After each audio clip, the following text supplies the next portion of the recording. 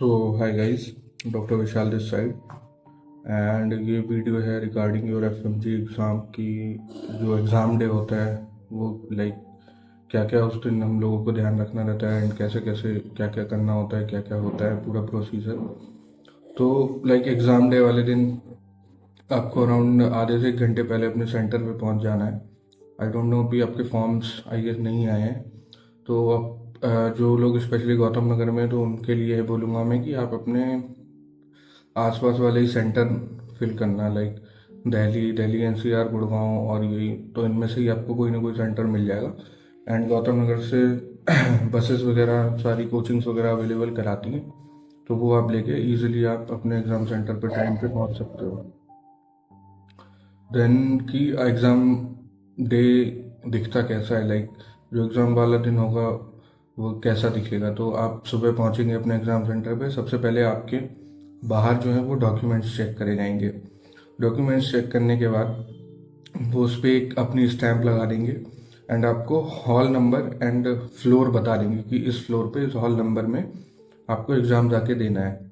Then उसके बाद आपकी थॉरो चेकिंग होगी, एक बार 2 बार थॉरोली चेकिंग होती है पूरी अच्छे से। फिर आप अपने हॉल में पहुंचेंगे, ऊपर जिस भी फ्लोर पे आपको हॉल अलॉट किया गया है आप वहाँ पे पहुंचेंगे। देन उसके बाद वहाँ पे आपको कुछ लोग दिखेंगे, लाइक 3 4 5 लोग बैठे होंगे कंप्यूटर लिए हुए। वो आपसे आपकी डिटेल्स पूछेंगे, सारे आपके डॉक्यूमेंट्स चेक करेंगे। देन वो कंप्यूटर पे आपका सारा डेटा फिल करेंगे एंड आपको जो है कंप्यूटर नंबर अलॉट कर दिया जाएगा। देन आपको जाके डायरेक्ट कंप्यूटर पे अपने बैठ जाना है। एग्ज़ाम टाइमिंग्स जो रहती हैं वो 9 से 11:30 जो रहता है पेपर 1, एंड 2 से 4:30 जो है वो पेपर 2 रहता है। तो 11:30 पे एग्ज़ाम ख़त्म होगा, तो आपको अराउंड अराउंड एग्ज़ाम हॉल से बाहर आने में, प्रॉपर सेंटर से बाहर आने में आधे घंटे से 40 मिनट लग जाते हैं, क्योंकि भीड़ भी अच्छी खासी होती है। तो आप 11:30 12 सवा 12 तक आप एग्ज़ाम सेंटर से बाहर आ जाओगे। एंड जो नेक्स्ट पेपर होता है वो 2 से 4:30 होता है।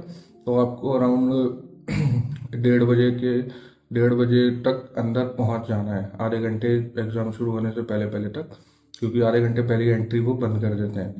तो आपको उस टाइम तक एग्ज़ाम में पहुंच जाना है। एंड जो पेपर 1 और पेपर 2 के बीच में जो गैप मिलेगा उसमें आपको लाइक, ये मैं बहुत छोटी छोटी चीज़ें बता रहा हूँ, ये आपको कोई नहीं बताएगा कि उसमें आपको कुछ भी हैवी नहीं खा के जाना है। कुछ भी, चाहे कितनी भी भूख भी लग रही हो ना, तब भी आपको उसमें कुछ खाना नहीं है। बहुत कुछ अगर खाने का ही बहुत ही, मैं तो सजेस्ट करूँगा कि आप कुछ भी मत खाओ, क्योंकि उस टाइम पे फिर आपको नींद आएगी, एग्जाम में जाते जाते फैटिक हो जाता है।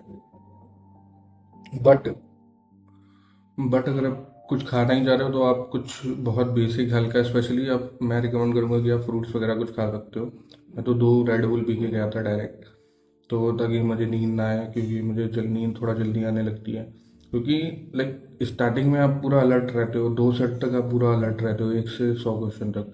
बट 100 क्वेश्चन के बाद वो फैटिक होने लगता है माइंड में तो जिसकी वजह से बहुत नींद आने लगती है, आलस आने लगता है। तो उससे दूर रहने के लिए मैं तो एनर्जी ड्रिंक पी के गया था। बट जो लोग नहीं पीते हैं एनर्जी ड्रिंक, आप लोग कॉफ़ी वगैरह कुछ पी सकते हो, फ्रूट्स खा सकते हो, ताकि थोड़ा माइंड एक्टिव रहे। बिकॉज अगर आप थोड़ा हैवी कुछ खा लोगे तो फिर वही है कि नींद आने लगेगी एंड आप फिर अच्छे से अपने क्वेश्चन अटैम्प्ट नहीं कर पाओगे। ये सारी चीज़ें हैं। तो आई होप आपको इससे कुछ आइडिया मिला होगा। एंड दूसरा है कि एग्ज़ाम वाले दिन क्या क्या आपको ध्यान रखना है एग्ज़ाम डे वाले दिन। तो फर्स्ट ऑफ ऑल आपको 300 के 300 क्वेश्चन अटेम्प्ट करने ही करने हैं। एक भी क्वेश्चन आपका अनअटेम्प्टेड नहीं रहना चाहिए। इवन दो कि मेरे 2 3 क्वेश्चन अनअटेम्प्टेड रह गए थे बट आप लोग ट्राई करना कि आपका कोई भी एक भी क्वेश्चन अनअटेम्प्टेड ना जाए।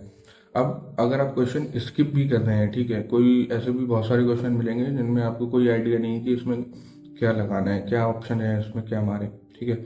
तो उनको लाइक आप स्किप भी कर रहे हो तो उसमें कोई ना कोई ऑप्शन आप चूज करके तभी स्किप करना, कोई ना कोई उसमें ऑप्शन मार देना।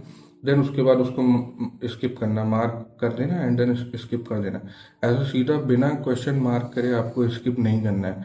क्योंकि होता क्या है एक्चुअली में कि लास्ट में बहुत भसड़ मच जाती है। लास्ट में हो जाता है कि सपोज 4 मिनट बचे हैं, क्वेश्चन बचे हैं 8 9, तो अब वो आप 8 9 क्वेश्चन अटेम्प्ट करो पहले, फिर उसके बाद जो आपने स्किप करे हैं उन पे तो आप जा ही नहीं पाओगे, जो आपने क्वेश्चन अगर स्किप करे हैं तो अगर आप ऐसा कर दोगे कि कोई क्वेश्चन आप स्किप भी कर रहे हो और उसमें अगर आप ऑप्शन मार्क करके स्किप कर रहे हो तो वो आपके क्वेश्चन अनअटेम्प्टेड नहीं जाएंगे। और मोस्ट प्रोबेबली कि अगर सपोज 10 क्वेश्चन 20 क्वेश्चन भी आपने स्किप करे और उनमें सारे क्वेश्चन आपने मार्क करके स्किप, तो उसमें से 4 5 6 क्वेश्चन आपके आराम से सही भी हो जाएंगे। मैंने जो रूल अप्लाई करा था कि ऐसे जितने भी क्वेश्चन थे जिनमें मुझे कोई आइडिया नहीं था, कुछ समझ में नहीं आ रहा था, तो मैंने उसमें सब में ऑप्शन बी मार्क करा था।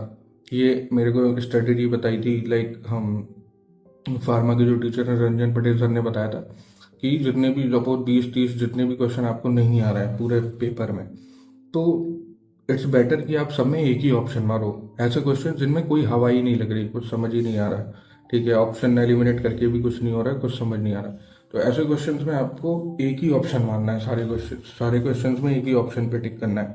वो आपकी मर्जी है, चाहे आप ऑप्शन ए मारो, बी मारो, सी मारो, उसमें क्या है सही होने की प्रोबेबिलिटी बहुत ज़्यादा हाई हो जाती है कि अगर 10 20 क्वेश्चन पे मारा तो आपके उसमें से 6 7 मतलब अराउंड 25 to 30% क्वेश्चन तो सही हो ही जाएंगे।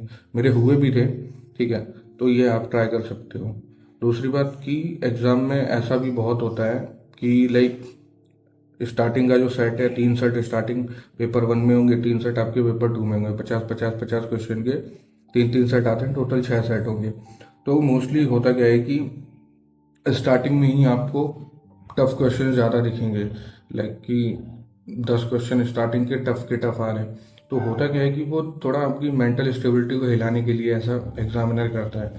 सपोज आप एक क्वेश्चन नहीं आया, 2 क्वेश्चन नहीं आया, 3 4 5 तक जाते जाते आधे बच्चे हिल जाते हैं नेगेटिव थॉट आने, क्योंकि उस टाइम पे नेगेटिव थॉट इतने बल्क में आते हैं और इतने ज़्यादा आते हैं ना कि आपके जैसे ही आपको 4 5 क्वेश्चन आपके कंटिन्यू ऐसे आए कि जिनमें आपको नहीं समझ आ रहा है कि क्या है, ठीक है, या नई हवा लग रही है उन क्वेश्चंस की, और वो क्वेश्चंस ऐसे क्वेश्चन स्टार्टिंग में जानबूझ के डाले जाते हैं ताकि आप घबरा जाओ, पैनिक कर जाओ, होपलेस हो जाओ एकदम से कि करना क्या है।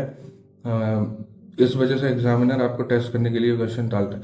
तो उस टाइम पे बहुत काम रहना है, उस टाइम पे आपको बहुत ठंडे दिमाग से अपना क्वेश्चन मार्क करने हैं। नहीं आ रहे हैं, बस उस टाइम पे एग्जाम डे वाले दिन स्टडी यही रहती है, नेक्स्ट नेक्स्ट नेक्स्ट नेक्स्ट करते चले जाओ।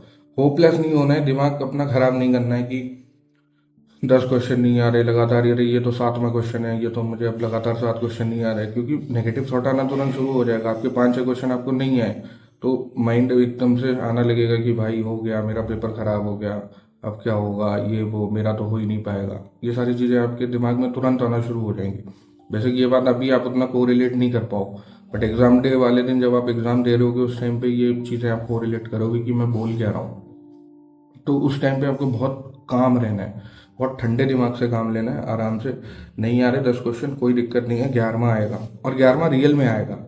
ऐसा नहीं कि 50 के 50 क्वेश्चन आपको आएंगे ही नहीं पूरे सेट में। वो टफ क्वेश्चन स्टार्टिंग में इसीलिए डाले जाते हैं कि आप पूरा पैनिक कर जाओ, आप पूरा होपलेस हो जाओ, और उसके बाद वो इजी क्वेश्चन जो रहते हैं मोस्टली वो सेट के लास्ट में डालते हैं, क्योंकि एक तो वहाँ पहुँचने तक माइंड फैटिक हो चुका होता है, आपका दिमाग जो है वो थोड़ा थक चुका होता है। दूसरा कि लास्ट क्वेश्चन तक पहुँचने तक टाइम की भी शॉर्टेज हो जाती है। स्टार्टिंग में हार्ड क्वेश्चन डाल दिए, वो आपका सारा टाइम खा जाएंगे, जिसके बाद के क्वेश्चंस के लिए आपके पास टाइम नहीं बचेगा। तो इजी क्वेश्चंस वो बाद में डाल देते हैं ताकि उसमें आप ज़्यादा से ज़्यादा सिली मिस्टेक करो, क्योंकि जो टफ क्वेश्चन है वो तो सबके लिए टफ है, ठीक है, बट जो इजी क्वेश्चन है, एक जो बच्चा सेलेक्ट हो रहा है और जो बच्चा सेलेक्ट नहीं हो रहा, या जो काइंड ऑफ टॉपर आप बोल लो, उसमें डिफरेंस यही है कि टफ वाला क्वेश्चन सबके लिए टफ है और वो हर कोई सही नहीं मार रहा है। अपना मेन गोल ये होना चाहिए कि जो इजी क्वेश्चन है वो अपना सही होना चाहिए, वो गलत नहीं होना चाहिए। और ऐसे क्वेश्चंस को एग्जामिनर जानबूझ के लास्ट में रखता है, क्योंकि एक तो माइंड फैटिक हो जाती है लास्ट क्वेश्चन तक पहुंचते पहुंचते, लास्ट सेट के लास्ट पार्ट तक पहुंचते पहुंचते। उसके बाद होता है कि टाइम की दिक्कत होती है कि 4 मिनट बचे हैं, 6 क्वेश्चन रह गए, 7 क्वेश्चन रह गए, तो उस चक्कर में आप हड़बड़ाहट में आके फिर जल्दी जल्दी मारते हो।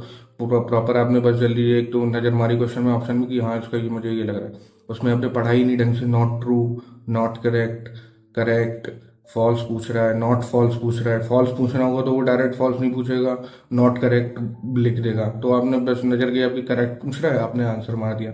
यही सिली मिस्टेक है, इनको ही सिली मिस्टेक बोला जाता है। तो इन सब चीज़ों से आपको बहुत बचना है।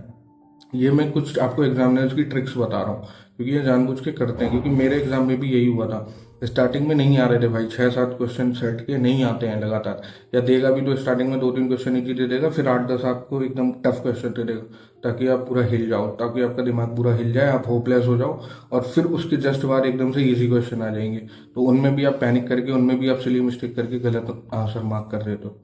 तो बस यही चीज़ों का ध्यान रखना है कि जो इजी क्वेश्चन है वो किसी भी कीमत पे हमारा गलत नहीं होना चाहिए, उसमें हमारी एक्यूरेसी पूरी की पूरी मेंटेन रहनी चाहिए। टफ क्वेश्चन सबके लिए टफ है, वो मोस्टली लोग गलत ही करेंगे, तो उसमें कोई इशू नहीं है। वो गलत करने के लिए दिया गया है, वो गलत करोगे भी तो भी कोई दिक्कत नहीं है। बट इजी क्वेश्चन जो है, जो मार्क ऑब्टेंस करने वाले क्वेश्चन हैं, वो हमारे हर हालत में सही होने चाहिए। तो ये सब आपको छोटी छोटी चीज़ों का ध्यान रखना है एग्ज़ाम डे वाले दिन, पैनिक नहीं करना है सारा। और बहुत इंपॉर्टेंट पार्ट है कि आप अपने एग्ज़ाम डे वाले दिन को कैसे हैंडल कर रहे हो।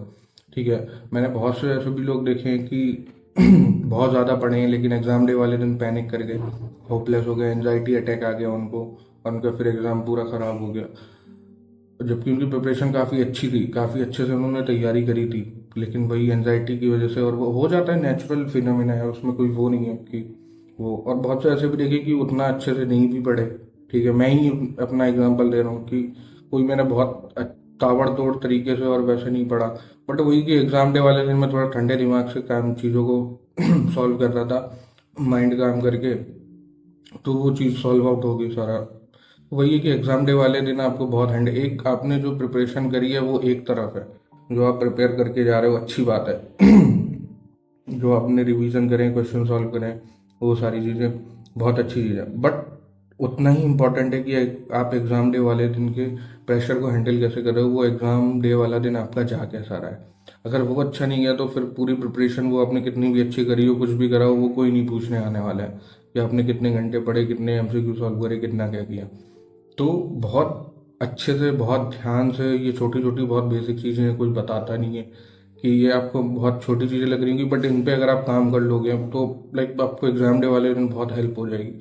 और जब आप एग्ज़ाम देके एग्ज़ाम सेंटर से बाहर निकलोगे तब आपको ये सारी चीज़ें प्रॉपर समझ आएगी कि मैं ये सब बता के आ रहा हूँ, इनका इम्पोर्टेंस क्या है, ये जो चीज़ें मैंने बताई हैं कि क्या क्या ध्यान में रखना है। पेपर 1 मेरा भी अच्छा बहुत गया था, पेपर 1 के बाद मुझे भी कॉन्फिडेंस था, बट पेपर 2 उतना अच्छा है, खराब नहीं बोलूँगा, बट मैं उतना अच्छा नहीं गया था, जिसकी वजह से मुझे पूरा तो कॉन्फिडेंस नहीं था कि मेरा तो क्लियर ही हो रहा है। मेरा था कि 70% क्लियर हो सकता है, 30% चांस है कि मेरा नहीं भी हो सकता है, बट गॉड ग्रेस मेरा हो गया सारा कुछ। बट ये सारी चीज़ें मैंने अप्लाई करी, ये भी मैंने भी कहीं से सीखी हैं, मैंने भी, ये थोड़ा एक्सपीरियंस है, ये चीज़ें आई हैं, तो इसलिए मैं आपके साथ ये शेयर कर रहा हूँ, ताकि आपको भी हेल्प ही मिल जाए। और बहुत बेसिक बेसिक छोटी छोटी चीज़ें होती हैं, कोई बताता नहीं है, कोई बताने वाला होता नहीं है, तो इन सब चीज़ों का आपको ध्यान रखना ही रखना है।